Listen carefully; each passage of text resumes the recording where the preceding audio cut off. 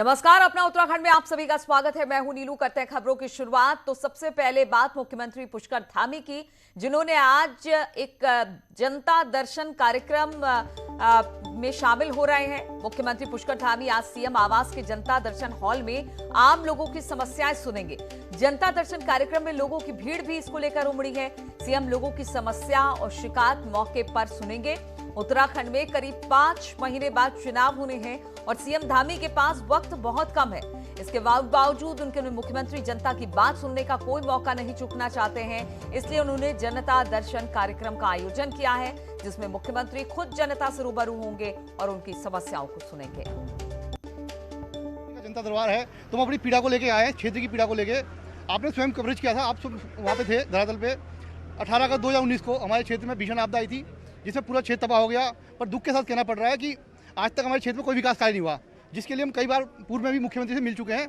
तो पुनः हमने कहा कि आज जनता दरबार में फिर से एक बार अपनी बात, क्षेत्र की बात को रखा जाए और अपने क्षेत्र की पीड़ा को सरकार तक पहुंचाया जाए। हम तो आए हैं प्रताप नगर टी गढ़वाल से आ रखे हैं और हमारे कुछ ऐसे कच्चे आवास हैं कि हमने कई बार डीएम लोगों से कई बार रिक्वेस्ट की है, पर किसी ने हमारी सुनी नहीं। कच्चे मकान है लोगों की। और मुख्यमंत्री के इसी जनता दर्शन कार्यक्रम पर बातचीत करने के लिए दीपांकर भट्ट देहरादून से इस वक्त हमारे साथ जुड़ गए हैं। दीपांकर, सीएम पुष्कर धामी के पास वक्त बहुत कम है, इसलिए वो चाहते हैं कि लोगों से खुद रूबरू हो। अब ऐसे में उन्होंने जनता दर्शन कार्यक्रम को रखा है, तो किस तरह का उत्साह और किस तरह से अपनी समस्याओं को लेकर मुख्यमंत्री के पास पहुंच रहे हैं लोग? बिल्कुल नीलू, सबसे पहले मैं तस्वीरें दिखाऊं तो ये मुख्यमंत्री ऑफिस के बाहर की तस्वीर है और इससे जनता दर्शन हॉल में सभी लोग जा रहे हैं। इन लोगों से जो हमने बातचीत की, इसमें टिहरी, उत्तरकाशी, इसके अलावा देहरादून लोकल के लोग हैं और सभी लोगों की अपनी अलग अलग समस्याएं हैं। किसी की बिजली के खंभों को लेकर समस्या है, कोई सड़क को लेकर किसी की समस्या है, किसी का कहना है कि जो आपदा प्रभावित इलाका है वहाँ उन्हें अभी तक राहत नहीं मिली है, कहीं पर कच्चे घरों का मामला है। और ये लंबी लाइन, मैं अगर कैमरामैन से कहूँ तो अभी तक लगभग अंदर 200 से ज़्यादा लोग वहां पहुंच चुके होंगे और ये कतार अभी कितनी लंबी है कहना मुश्किल है। तो 2017 में जब त्रिवेंद्र रावत की सरकार बनी थी, उसके बाद जनता दरबार के कार्यक्रम किए गए, लेकिन जनता दरबार में एक बड़ा विवाद हुआ था और उसके बाद कार्यक्रम बंद कर दिए गए थे। इसके बाद इतने बड़े स्केल का ये पहला कार्यक्रम है। लेकिन जो बात आपने कही कि मुख्यमंत्री पुष्कर धामी के सामने वक्त बहुत कम है, अगले 3 महीने के भीतर यहाँ पर सरकार का कार्यकाल रहेगा, दिसंबर आखिरी तक, फिर जनवरी में इलेक्शन होने। तो ऐसे में अपनी इमेज गढ़ना, लोगों से जुड़ना, और ये जो लोग उत्तरकाशी चमोली से यहाँ पर पहुंचे ये भी उम्मीद कर रहे हैं कि मुख्यमंत्री अगर डिस्ट्रिक्ट्स में भी जनता दरबार लगाए तो एक बड़ी राहत होगी। आप क्या समस्या लेकर? हम जो है 2019 में जो आराकोट क्षेत्र में देवी का आपदा आई थी, मोहरी उत्तरकाशी जनपद उत्तरकाशी आराकोट क्षेत्र से हैं और अभी तक जो है कि मुख्यमंत्री ने एक बड़ी पहल की है। ये मुख्यमंत्री जी ने बड़ी पहल की है और हमको माननीय मुख्यमंत्री जी से इनसे बहुत उम्मीद है कि अभी 3 साल से जो है वो आपदा के जख्म नहीं भरे हैं, कुछ नहीं हुआ और इनसे हमको बहुत बड़ी उम्मीद है कि शायद वो आराकोट क्षेत्र का जो है अब जो आपदा से क्षतिग्रस्त है। आप कहाँ से आए? मैं पौड़ी से। अच्छा, तो क्या समस्या है कि कोविड के तहत इस बालक के माँ पिताजी ख़त्म हो गए, अभी तक इसको कोई सहायता नहीं मिली। मैं इसलिए इसको लेके मुख्यमंत्री जी के पास आया। ये भी है कि मतलब आपकी बहुत दूर दूर से लोग आए, पौड़ी, टिहरी, उत्तरकाशी। आपको लगता है कि ज़िलों में भी डीएम या बाकी लोगों को जनता दरबार लगाने चाहिए? लगाने चाहिए सर, तहसील स्तर पे, जिला स्तर पे लगना चाहिए। नीलू, आपने देखा कि लोग अगर गढ़वाल मंडल का, क्योंकि देहरादून एक सेंटर है, राजधानी है, तो सभी डिस्ट्रिक्ट से लोग यहाँ पर पहुंचे हैं और मुख्यमंत्री का कहना है कि सभी डिस्ट्रिक्ट्स में डीएम्स लोगों की बातें सुने। लेकिन लोगों का यहाँ पहुंचना ये बात साफ दिखाता है कि डिस्ट्रिक्ट्स में जिस तरह का एडमिनिस्ट्रेशन होना चाहिए वो नजर नहीं आता और इसलिए मजबूरी में, परेशानी में ये लोग यहाँ पहुंचे। अब ऐसे में मुख्यमंत्री की ये कोशिश इनको कितना संतुष्ट कर पाती है और अगले 3 महीने में मुख्यमंत्री जनता की समस्याओं का हर लेवल पे कितना जवाब दे पाते हैं, ये बहुत जरूरी होगा। दीपांकर, आपके पीछे की लाइन तो बहुत लंबी है, अभी सीएम वहां पर पहुंचे नहीं है। ऐसे में सबकी समस्याएं सुनना, फिर उसका निस्तारण करना, ये भी एक बड़ी चुनौती है। हालांकि जनता दर्शन कार्यक्रम को आज उन्होंने शुरू तो किया है, बातचीत करने का मन उन्होंने लोगों से बनाया है, उनकी समस्याओं को सुनने का, लेकिन चुनौती इसको लेकर भी बहुत ज्यादा होगी क्योंकि लोग बड़ी उम्मीदों के साथ पहुंच रहे हैं सीएम के पास। बिल्कुल नीलू, सबसे बड़ी बात यही है कि यहाँ पर अब 5 साल सरकार के कंप्लीट होने वाले हैं, 3 मुख्यमंत्री बदल चुके हैं। पुष्कर धामी के सामने जो सबसे बड़ी समस्या वो है टाइम की, उनके पास समय बहुत कम है। और अगर ये लोग इतने लोग जो अलग अलग डिस्ट्रिक्ट से आए, पौड़ी, टिहरी, चमोली, उत्तरकाशी, देहरादून, हरिद्वार, जो गढ़वाल मंडल के 7 डिस्ट्रिक्ट है, वहाँ सभी जगहों से लोग पहुंचे, यानी पिछले 4 सालों में जो मुश्किलें रही होंगी वो डिस्ट्रिक्ट लेवल पे नहीं सुनी गई। अब पुष्कर धामी के सामने चैलेंज ये है कि ये जनता दरबार तो है ही, लेकिन जिलों में जाके लोगों को वो कितनी उनकी शिकायतों का निस्तारण कर पाते हैं, अधिकारी उनकी शिकायतों का कितना निस्तारण कर पाते हैं, ये बहुत इंपॉर्टेंट होगा। और खासतौर पर उस वक्त ये इलेक्शन सर पे हो तो जनता की नाराजगी कोई भी पार्टी अपने सर पर मोल नहीं लेना चाहेगी। नीलू, बिल्कुल, तो चुनौतियां बहुत ज्यादा है, लेकिन चूंकि मुख्यमंत्री लोगों से मिलना चाहते हैं, उनकी समस्याओं का समाधान करना चाहते हैं, इसलिए उन्होंने इस तरह से जनता दर्शन कार्यक्रम का आयोजन किया। अब देखना होगा कि कितने लोगों की समस्याओं का निस्तारण यहां से हो पाता है। बहुत बहुत शुक्रिया आपका दीपांकर हमारे साथ जुड़ने के लिए। और सीएम पुष्कर सिंह धामी आज डिग्री कॉलेज रायपुर की साइंस बिल्डिंग का शिलान्यास करेंगे। दोपहर 1 बजे सीएम धामी रायपुर पहुंचेंगे और वहीं पर सीएम धामी बीजेपी की आईटी सोशल मीडिया की वर्कशॉप में भी जाएंगे। दोपहर 3 बजे सीएम IRDT ऑडिटोरियम भी पहुंचेंगे।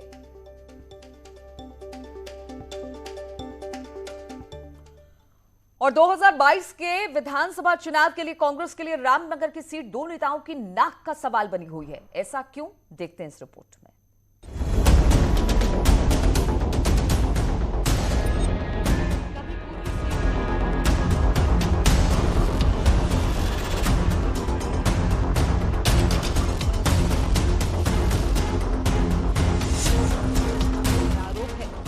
सल्ट उपचुनाव में कांग्रेस की प्रत्याशी गंगा पांचोली को हराने का काम किया। वहीं संजय नेगी ने हरीश रावत के रामनगर से चुनाव नहीं लड़ने पर खुद की दावेदारी भी पेश कर दी। यदि हमारे पूर्व मुख्यमंत्री हरीश रावत जी चाहते हैं कि वो रामनगर से चुनाव लड़ें तो निश्चित रूप से वो रामनगर से चुनाव लड़ें और हमारी पूरी टीम हरीश रावत जी को रामनगर से चुनाव लड़ाने का मन बना चुकी है और उन्हें चुनाव लड़ाया जाएगा। और यदि हरीश रावत जी किसी कारण से इनकार करते हैं रामनगर से चुनाव लड़ने से तो निश्चित रूप से मेरी प्रबल दावेदारी है। सल्ट में जब रणजीत रावत जी के बेटे को टिकट नहीं मिला तो उन्होंने किस तरीके से रामनगर में बैठकर और अपने कार्यकर्ताओं से कहकर कि गंगा पंचोली वहाँ पर चुनाव नहीं जीतनी चाहिए। बीते चुनाव में रणजीत रावत ने रामनगर सीट से चुनाव लड़ा था, लेकिन हार गए थे। रणजीत रावत यहां से फिर चुनाव लड़ना चाहते हैं। सल्ट उपचुनाव पर रणजीत रावत का कहना है कि कुछ लोग मुझे पार्टी से बाहर निकालना चाहते थे, लेकिन पार्टी ने तो मेरा प्रमोशन कर दिया। एक नहीं, जितने बार आपने प्रश्न किया मेरा हमेशा जवाब यही रहा है कि मैं चुनाव रामनगर से ही लड़ रहा हूँ, मतलब टिकट रामनगर से ही मांग रहा हूँ। ऐसे लोग तो मेरे को निकालने की बात भी कर रहे थे, लेकिन पार्टी ने तो मेरा प्रमोशन कर दिया, जो तथ्य है सामने। 2022 के रण में कांग्रेस की तरफ से रामनगर सीट से रणजीत होंगे या फिर पार्टी किसी और को मौका देगी, इसमें तो अभी समय है। लेकिन 2 रावतों की इस लड़ाई ने इस सीट की दावेदारी को ही रोचक स्थिति में डाल दिया है। न्यूज़ 18 के लिए रामनगर से गोविंद पाटनी की रिपोर्ट। उत्तराखंड में कोरोना के साथ साथ अब डेंगू का भी खतरा बढ़ने लगा है। अकेले राजधानी देहरादून में डेंगू के 12 मरीज सामने आए, जो एक ही कॉलोनी इंदिरा नगर के हैं। ऐसे में स्वास्थ्य विभाग और नगर निगम की व्यवस्थाओं की भी पोल खुल गई है। स्वास्थ्य विभाग और नगर निगम पिछले 3 महीने से डेंगू के बचाव के लिए व्यवस्थाएं बना रहा है, लेकिन जब डेंगू का प्रकोप सामने आया तो देहरादून में डेंगू के मामले भी दिखने लगे। हालांकि सीएमओ का दावा है कि डेंगू से बचाव के लिए हर तरह के उपाय किए जा रहे हैं।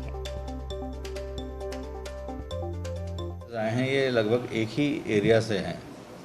इसमें जो ज़्यादा दिखाई पड़ रहा है इंदिरा नगर क्षेत्र जो है वहाँ पे दिखाई पड़ रहा है।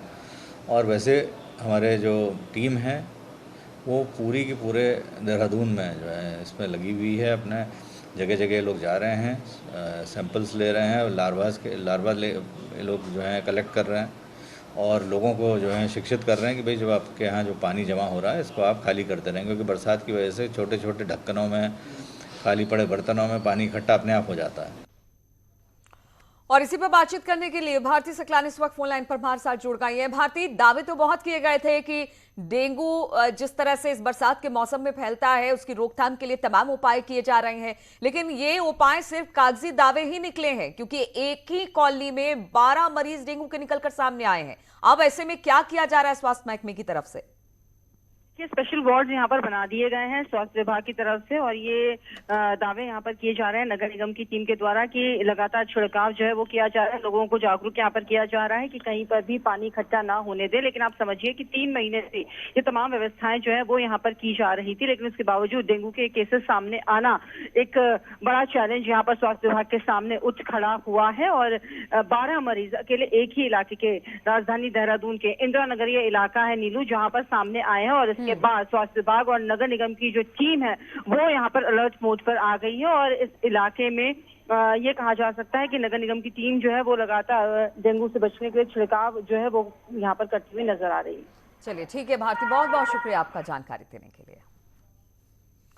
और टिहरी डैम के वाटर लेवल को 2 मीटर बढ़ाने की मंजूरी मिल गई है। अब टिहरी डैम का वाटर लेवल 828 मीटर से बढ़ाकर 830 मीटर किया जा सकता है।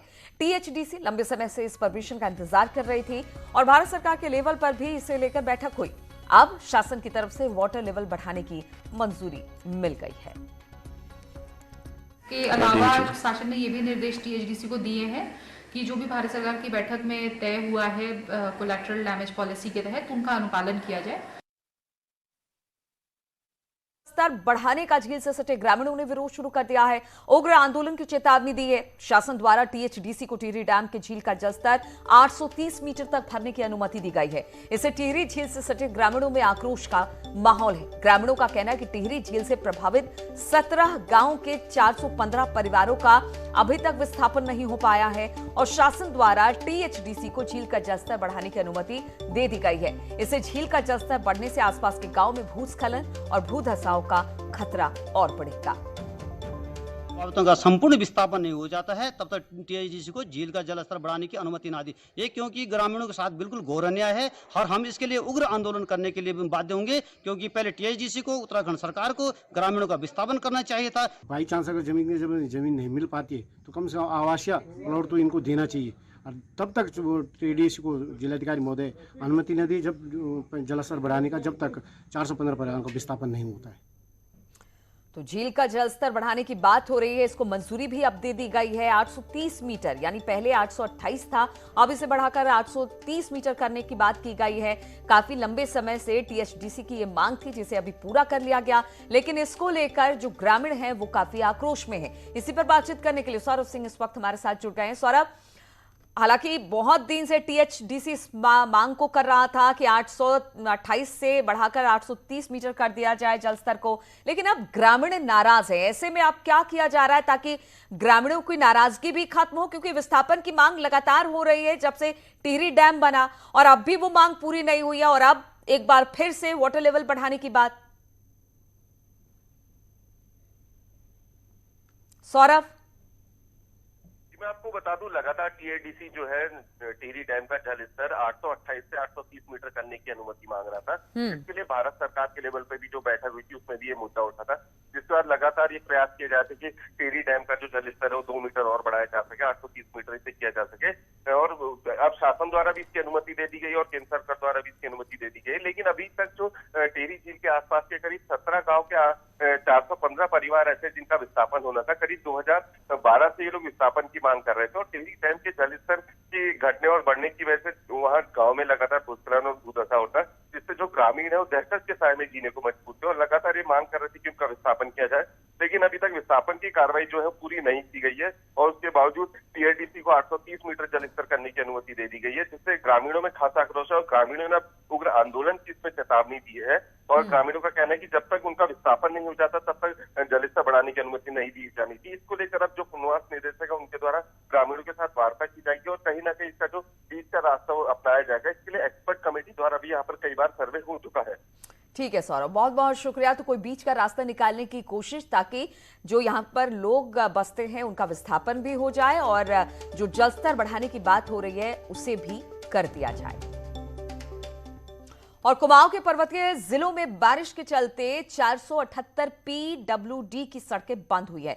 आज भी 1 दर्जन सड़कें बंद है, जिसमें पीडब्ल्यूडी द्वारा खोलने का प्रयास लगातार किया जा रहा है। इसके साथ ही पीएमजीएसवाई की भी दर्जनों सड़कें बंद है, जिससे ग्रामीण गांव में ही कैद होकर रह गए हैं। इन सड़कों को अब दोबारा से बेहतर बनाने के लिए करीब 3.5 करोड़ रुपए की आवश्यकता है, जिसका एस्टीमेट अब शासन को भेज दिया गया है। देखिए, मेरे जोन में 4 जिले आते हैं, अल्मोड़ा, बागेश्वर, पिथौरागढ़ और चंपावत। तो चारों डिस्ट्रिक्ट में मिला के टोटल अब तक का जो फिगर हमारे पास है, 478 मार्ग हमारे बंद हुए थे, जिसके विरुद्ध हमने 467 मार्ग ऑलरेडी खोल दिए हैं। 11 आज की डेट में सिर्फ 11 मार्ग हैं जो बंद हैं, लेकिन रेस्टोरेशन करने के लिए अभी हमें पैसे की ज़रूरत है, जिसके लिए हम लोगों ने एस्टीमेट ऑलरेडी भेजे हुए हैं। और रुकेंगे आप छोटे से ब्रेक के लिए, फौरन हाजिर होंगे।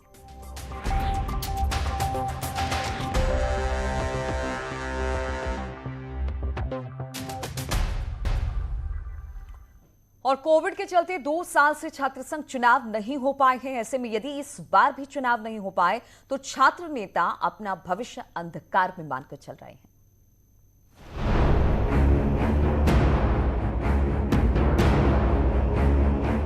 यूनिवर्सिटी और कॉलेज अब ये सिर्फ पढ़ने वाले छात्र ही नहीं बल्कि छात्र नेता भी चाह रहे हैं, क्योंकि बीते 2 साल से छात्र संघ चुनाव नहीं हो पाए हैं।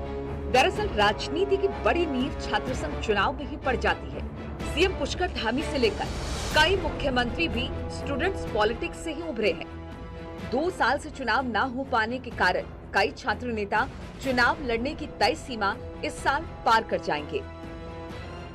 छात्र संघ चुनाव बहुत ज़्यादा जरूरी है, क्योंकि बहुत सारे छात्र नेता यहाँ पर तैयारी कर रहे हैं, जिनकी एज भी निकल रही है धीरे धीरे, क्योंकि लिंग 2 कमेटी जो है उसमें एज का मामला होता है, जिस वजह से छात्र नेता बहुत परेशान है। और ये एक ऐसी कड़ी होती है छात्र संघ चुनाव, जहाँ से इंसान आगे बढ़ता है, छात्रों के मुद्दे लेता है और समाज के बीच में रहता है। हम काफ़ी पिछले 6-7 सालों से हम लोग सभी छात्र नेता तैयारी कर रहे हैं, मैं भी 6-7 सालों से तैयारी कर रहे हैं हम लोग।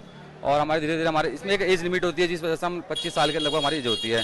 हम ऐसे करते हैं तो हमारे आज हम सबकी लगभग सभी बहुत से छात्र नेताओं की लास्ट एज है। वही स्टूडेंट्स भी मानते हैं कि कॉलेज और स्टूडेंट्स के हितों के लिए छात्र नेताओं का होना जरूरी है। उनका मानना है कि जब विधानसभा चुनाव हो सकते हैं तो फिर छात्र संघ चुनाव क्यों नहीं। देखिए, मैं पिछले 6 सालों से इस महाविद्यालय में मेहनत कर रहा हूँ। छात्रों की समस्या को लेकर प्रिंसिपल महोदय हो या फिर यूनिवर्सिटी हो, धरना प्रदर्शन जो भी हो, हम बच्चों की मदद के लिए रहते हैं। हमें कि लास्ट मौका है मेरा चुनाव लड़ने का, और इसमें अगर सरकार चुनाव नहीं कराती है तो इसमें भविष्य की पूरी मेरा खतरे में है। और जैसे कि मुख्यमंत्री जी खुद यहाँ के युवा नेता रहे हैं, छात्र नेता रहे हैं, तो उनको ये देखना चाहिए छात्र नेता कितनी मेहनत करता है। कोविड के चलते छात्र संघ चुनाव न होने के चलते कई छात्र नेता पहले से ही परेशान हैं, और इस साल भी यदि चुनाव नहीं हुए तो छात्र नेताओं को अपनी नींव जमाने का ही मौका नहीं मिल पाएगा। न्यूज़ 18 के लिए देहरादून से भारती सकलानी की रिपोर्ट। तो अपना उत्तराखंड में फिलहाल इतना ही, लेकिन जाते जाते एक नजर हेडलाइंस पर। हेडलाइन